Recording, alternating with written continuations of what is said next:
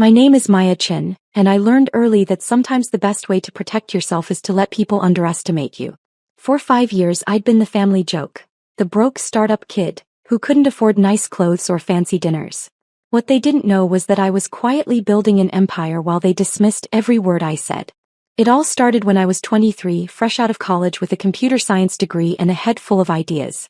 My older sister, Rebecca, had just launched Anderson Tech, a promising software company focused on enterprise solutions. She was 30 then, charismatic, connected, and absolutely convinced she was destined for greatness. Our parents worshipped her.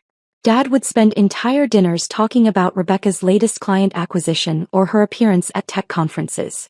Mom kept a scrapbook of every article mentioning Anderson Tech. Meanwhile, I was working 16-hour days in a cramped apartment, building what would eventually become Cascade AI, a machine learning platform that would revolutionize data analytics for mid-sized businesses. Maya's still doing her little hobby, Mom would say, her voice dripping with concern that barely masked disappointment. When are you going to get a real job, honey? I'd just smile and change the subject. Let them think what they wanted. The truth was more complicated. 6 months after graduation, I developed a prototype that caught the attention of Sterling Ventures, one of Silicon Valley's most selective investment firms. They'd offered me a Series A round of $12 million. I took it. By 24, Cascade AI was generating $7 million in annual revenue. By 25, we'd hit profitability, something only 8% of startups ever achieve. But I kept it quiet. I drove a 10-year-old Honda. I lived in a modest apartment. I wore the same 5 outfits on rotation. My family saw what they expected to see, a struggling entrepreneur too proud to admit failure. What they didn't see was the investment portfolio I was building on the side. In 2020, Rebecca came to me desperate. Anderson Tech was running out of runway. She'd burned through her initial funding faster than expected, and investors were getting cold feet. The company was 90 days from shutting down. Maya, I know we haven't always. I know I've been hard on you, she said over coffee, her hands shaking slightly. But I need help. I need capital and I need it fast. I could have said no. I could have reminded her of every dismissive comment, every eye roll, every time she'd introduced me to her colleagues as my sister who's trying the startup thing. Instead, I saw an opportunity. How much do you need? I asked. 4.2 million would get us through the next 18 months and fund the product expansion we've been planning. I nodded slowly, pretending to consider it. In reality, I'd already made the decision. I know some people. Let me make some calls. What I actually did was create an investment vehicle called Meridian Capital Group. It was a legitimate LLC with proper legal structure, but the beneficial owner was hidden behind several layers of corporate protection. I routed the investment through Sterling Ventures. They were happy to serve as the nominal investor in exchange for a small fee and the opportunity to potentially participate in future rounds. 2 weeks later, Rebecca got her $4.2 million from Meridian Capital Group, represented by Sterling Ventures. She never knew I was behind it. The terms were fair but structured to give Meridian, which meant me, significant control. 28% equity with weighted voting rights that effectively gave me veto power over major decisions. They're angel investors who prefer to stay anonymous, the Sterling partner told her during the signing. Very common in the industry. They like your vision and want to see Anderson Tech succeed. Rebecca was ecstatic. She called me that night, breathless with excitement. Maya, you won't believe it. We got the funding. We're saved. That's amazing, Beck, I said, genuinely happy for her despite everything. I knew someone would see the potential. Yeah, well, they obviously know more about real business than some people, she said, her tone shifting. Not everyone can just throw together an app and hope for the best. I let it slide. I always did. Over the next 3 years, I watched Anderson Tech grow. My investment, my $4.2 million, helped them scale from 15 employees to 60. They landed major contracts with 3 Fortune 500 companies. Revenue went from $800,000 annually to $12 million. Rebecca's face appeared in TechCrunch, Forbes, and Business Insider. She became the darling of the Midwest tech scene. And at every family gathering, she made sure everyone knew about her success. Anderson Tech just closed another major deal, she'd announce at Sunday dinners. We're projecting $18 million in revenue this year. That's wonderful, sweetheart, Dad would beam. Maya, are you still working on that? What was it again? Cascade AI, I'd say quietly. We're doing okay. Okay isn't great, honey, Mom would sigh. Rebecca's company is thriving. Maybe you should ask her for advice? Or even a job. I'm sure Anderson Tech could use someone with your technical skills. Rebecca would smile, but it never reached her eyes. Maya's a bit too independent for corporate structure, Mom. Some people just aren't cut out for real business growth. What they didn't know was that Cascade AI had just been valued at $85 million in our Series C round. We had 230 employees across 3 offices. We'd been profitable for 3 consecutive years. Forbes had named me to their 30 under 30 list. I declined the photo and kept my name off the public version, citing privacy concerns. The industry knew my company, but I'd carefully kept myself out of the spotlight. I had my reasons. Partly, I wanted to build something real without the pressure of family expectations. Partly, I was curious to see how long they'd keep dismissing me. But mostly I was protecting myself. I'd seen what attention did to Rebecca. How it inflated her ego, how it made her mean, how it turned her into someone who needed to be the center of attention at all times. I didn't want that life. I wanted to build, to create, to make something meaningful without the circus. Meanwhile, I continued monitoring Anderson Tech's growth as their silent angel investor. I received quarterly board reports. I attended board meetings via video conference with my camera off, identified only as Meridian Capital representative. I watched Rebecca make presentations, celebrate victories, and occasionally make decisions I disagreed with, but never badly enough to use my veto power. I was proud of what she'd built, even if she'd built it partially on my money and entirely on her dismissal of me. Then came Thanksgiving 2024. Rebecca had insisted on hosting at her new house, a beautiful 4-bedroom colonial she'd bought in an upscale suburb. She spent the entire dinner talking about the house, about Anderson Tech's latest contract, about the vacation home she was considering in Colorado. Real estate is the key to building lasting wealth, she announced, gesturing with her wine glass. That's what separates people who play at business from people who build empires. I was sitting at the far end of the table, Rebecca's seating arrangement not coincidentally, picking at my sweet potatoes and trying to be invisible. Maya, are you still in that tiny apartment downtown? Aunt Linda asked, her concern sounding almost genuine. Yeah, it works for me, I said. Close to the office, affordable. Affordable, Rebecca interrupted with a laugh. That's such a diplomatic way to say cheap. But that's fine, not everyone has the capital for real investment. Uncle James chuckled. How's the app coming along, kiddo? It's not really an app, it's a machine learning platform. While we build real businesses, you play with your little app, Rebecca said, her voice cutting through the room. She smiled, but there was something sharp underneath it. It's cute that you're still trying, Maya. Really. But at some point you have to face reality.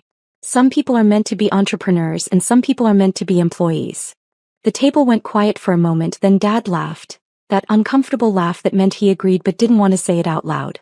Mom nodded sympathetically. My cousins looked at their plates. Everyone was complicit in the dismissal. Everyone always was. I mean, it's been 5 years? Rebecca continued, warming to her theme. How much have you made? Anything?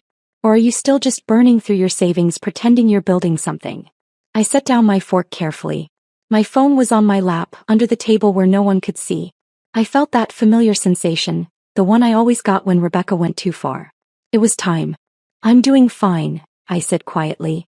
Fine isn't thriving, sweetheart, Rebecca said, using the same condescending tone Mom always did. Fine is what you say when you're too embarrassed to admit you're failing. Look, there's no shame in it. Not everyone can handle the pressure of real business. You're smart, you're technical. Maybe it's time to accept that your skills would be better used supporting someone else's vision. Like I said, Anderson Tech is always looking for good developers. That's actually a great idea, Dad jumped in. Maya, maybe Rebecca could bring you on board. Give you some stability, some real income. I appreciate the offer, I said, pulling out my phone, but I'm good. I opened my secure messaging app and typed quickly to my investment manager, David Torres at Sterling Ventures. Withdraw all funding from Anderson Tech, execute immediately. Authorization code, CHIN 2024 Theta 7. I hit send. Rebecca was still talking, something about health insurance and retirement benefits, but I wasn't listening. I was watching my phone, waiting for the confirmation. It came 10 seconds later. Confirmed. Withdrawal initiated. Board notification sent. Legal team standing by. Rebecca's phone buzzed. She glanced at it, frowned, and kept talking. So what do you say, Maya? Want to finally join a real company? Her phone rang. She looked annoyed, checked the screen, and her face changed. It's Gregory, she said, referring to her CEO. I should take it, Mom encouraged. Business always comes first. Rebecca answered, her confident smile still in place. Hey Gregory, can this wait? I'm at thanks. She stopped. Her smile faltered. What? Slow down, what are you talking about? The table fell silent, everyone watching Rebecca's face cycle through confusion, concern, and then something close to panic. That's impossible, she said, standing up from the table. Meridian wouldn't. They've been with us for 4 years. They're our biggest. She listened, her face going pale. What do you mean withdrawing? All of it? They can't just. She looked at her phone like it had betrayed her. Gregory, I need to call you back. She hung up and immediately started dialing someone else, her hands shaking. Sweetheart, what's wrong? Dad asked, concerned. It's nothing, Rebecca said, but her voice was tight. Just there's a situation at work. I need to make some calls. Her next call went to someone else on the board. I could hear her voice rising even though she'd stepped into the kitchen. David, it's Rebecca Anderson. What the hell is going on? I just got a call that Meridian is withdrawing their entire investment. That's $4.2 million. They can't just.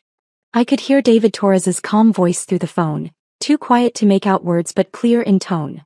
Professional, final, non-negotiable. Legal grounds. Rebecca's voice cracked. What legal grounds? We have a contract. They're an angel investor, they're supposed to. She listened and I watched her face crumble.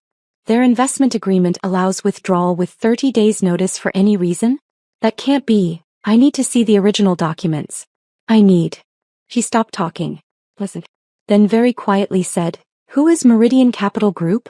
Who's actually behind it? I knew what David was telling her. That information was confidential, protected by multiple layers of legal structure, and not available for disclosure. Rebecca came back to the table, her face ashen. She looked at everyone, her perfect Thanksgiving dinner falling apart in real time. I need to go, she said. There's a crisis at the company. I have to. What kind of crisis? Dad demanded. Our primary investor is withdrawing their funding. $4.2 million. It could destroy the company. I thought you were thriving? Mom said, confused. We were. But that money is critical for our operations. Without it, we can't make payroll next month. We can't. She looked at me suddenly, desperately. Maya, you said you know people. You said you made calls when I needed money before. Can you? I can make some calls, I said calmly. But I can't promise anything. Please, she said, and for the first time in years she looked at me like I was a real person. Please. I know I haven't been kind to you. But this is everything. This is my entire life. I nodded slowly. I'll see what I can do. Rebecca grabbed her coat and left, already on the phone with her board chairman. Through the window, I watched her pace in the driveway, her free hand gesturing wildly as she argued with someone about emergency financing options. The rest of dinner was subdued. Dad kept checking his phone for updates from Rebecca. Mom picked at her food, worried. My cousins and aunt and uncle made awkward small talk about anything except Anderson Tech. I excused myself early, claiming I had work to catch up on. No one tried to stop me. The next morning, I had a video conference scheduled with the Anderson Tech board. I'd requested it through David Torres, finally ready to reveal myself. I dressed carefully, not in my usual casual startup wear, but in a crisp white button-down and blazer. I set up in my home office, making sure the wall behind me showed my diplomas and awards, including the Forbes 30 Under 30 plaque I'd kept hidden. The board assembled on screen, Rebecca looking exhausted and desperate, Gregory Wu, her COO, Sarah Martinez, the CFO, and 3 other board members including the chairman, Walter Prescott. Thank you all for making time on short notice. David Torres began from his office at Sterling Ventures. I've arranged this call to introduce you to the beneficial owner of Meridian Capital Group, who has some things to discuss regarding yesterday's withdrawal notice. Rebecca leaned forward. Please, we need to understand what happened.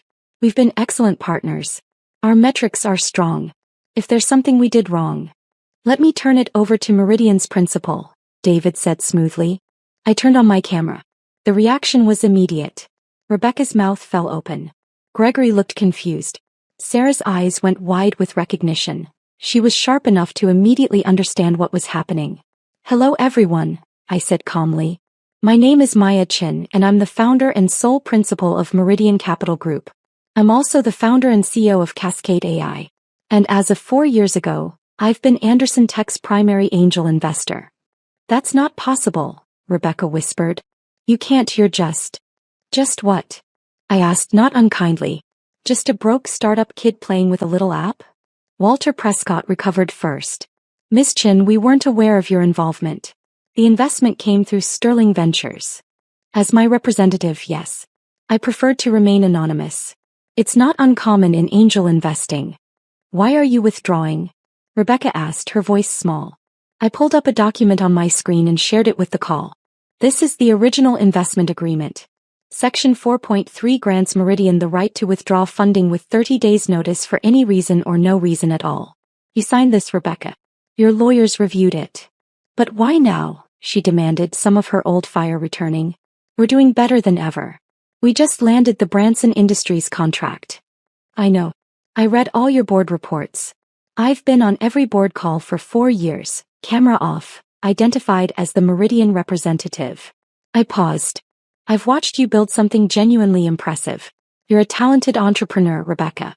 You have vision and drive. Then why? Because last night you offered me a job as a developer at your company. A company that exists in large part because I gave you $4.2 million when no one else would. The silence on the call was absolute. You've spent 4 years dismissing me, I continued, keeping my voice even. At every family gathering, every holiday, every Sunday dinner, you made sure everyone knew I was failing while you were thriving. You offered me charity employment at a company I own 28% of. Gregory was frantically typing on his laptop, clearly pulling up the cap table.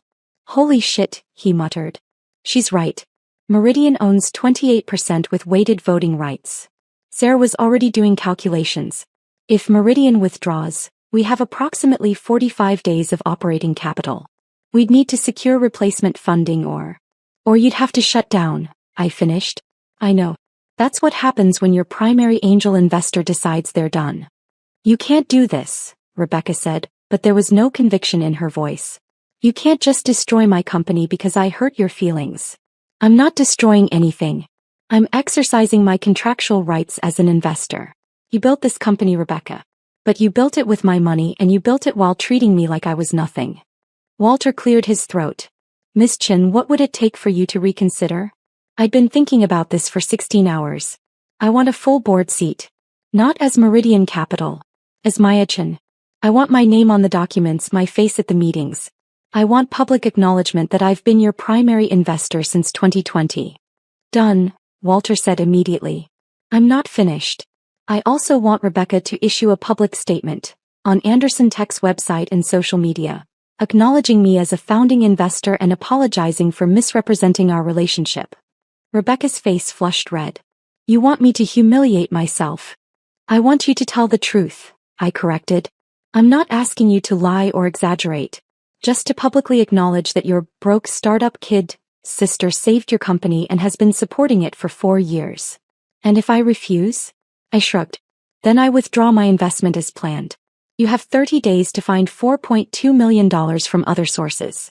Given your current burn rate and the tight funding environment, I'd say your chances are about 15%. Maybe 20 if you're lucky. Rebecca looked at Walter, at Gregory, at Sarah. All the people who depended on Anderson Tech surviving.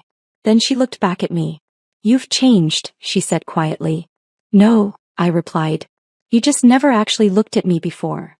Walter stepped in. Miss Chin, your terms are acceptable. We'll draw up the revised board documentation immediately. Rebecca will issue the statement by end of business Monday. In exchange, you'll reinstate your investment. Not exactly, I said and watched Rebecca's face fall again. I'll reinstate $3 million. The other $1.2 million will be converted to a formal loan with market rate interest. Anderson Tech will pay me back over the next 3 years. That's, Rebecca started. Fair, I interrupted. It's actually generous. You get to keep your company. I get to stop being invisible. And you learn that dismissing people has consequences. Sarah was already nodding, running numbers. The loan structure is workable. It'll affect our cash flow but won't cripple us. Then we have a deal, Walter said. Miss Chin, welcome to the Anderson Tech board. Officially this time.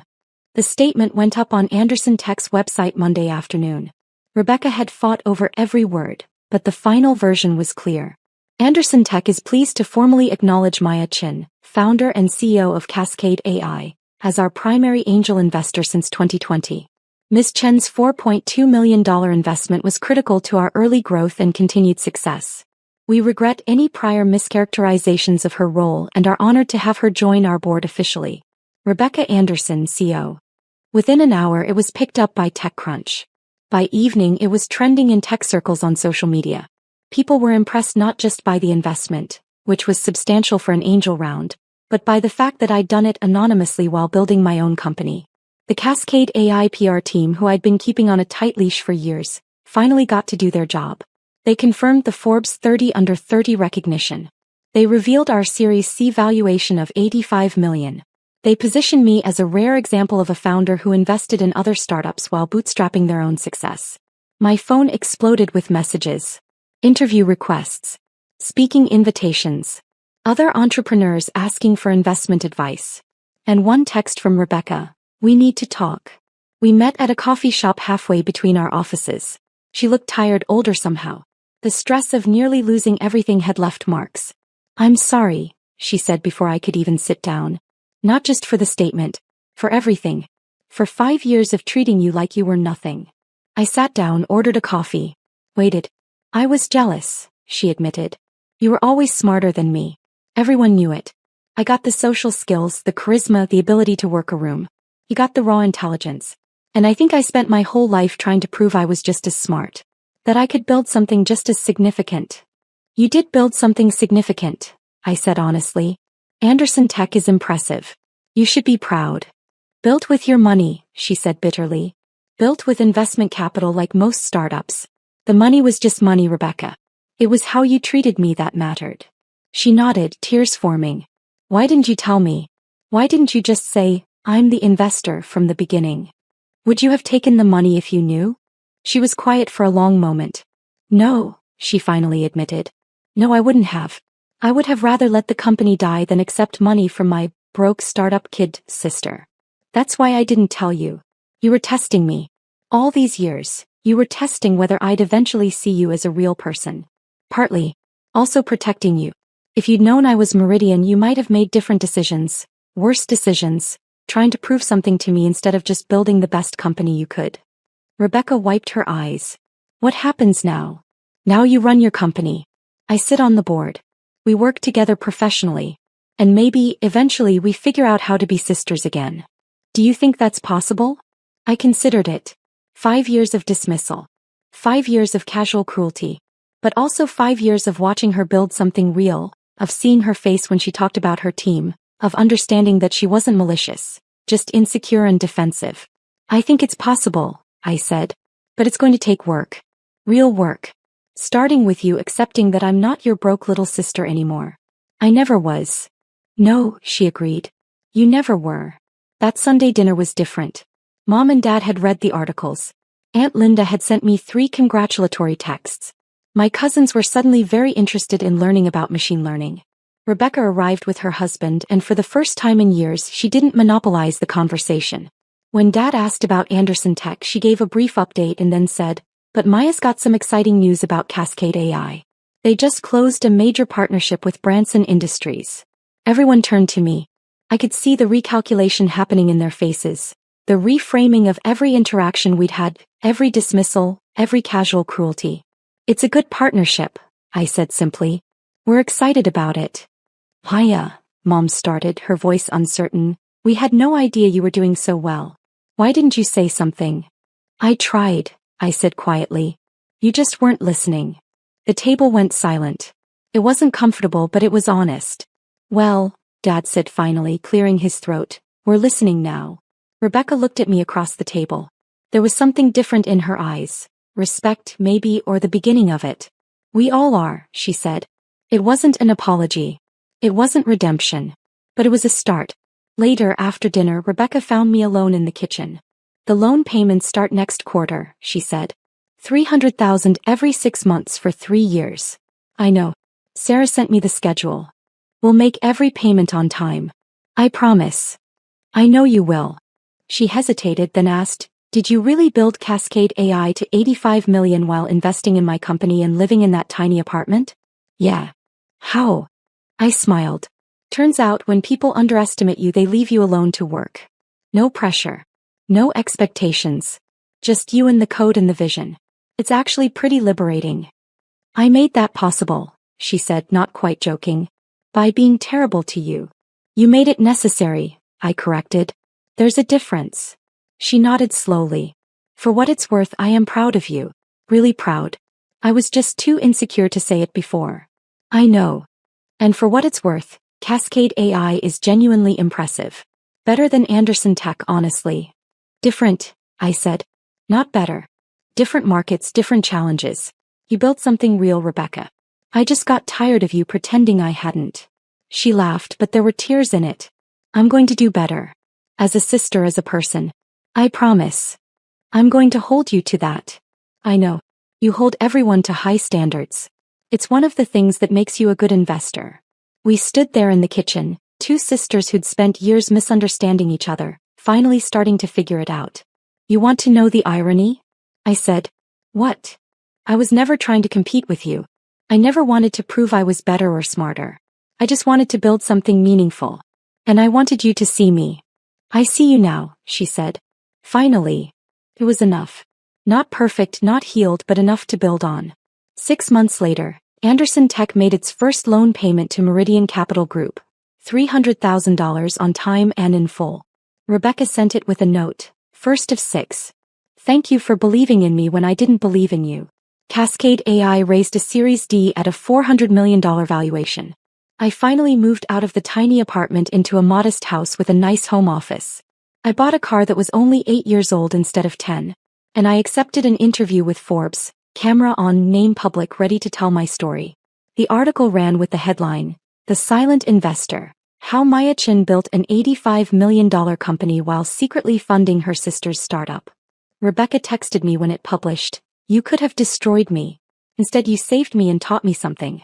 I'm grateful for both. See you at Sunday dinner." I texted back, "See you there." Sometimes the best revenge isn't revenge at all.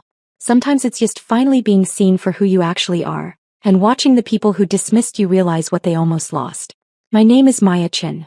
I'm the founder and CEO of Cascade AI, valued at $400 million. I'm a board member at Anderson Tech. I'm a Forbes 30 Under 30 honoree. And I'm no longer anyone's broke startup kid. I never was.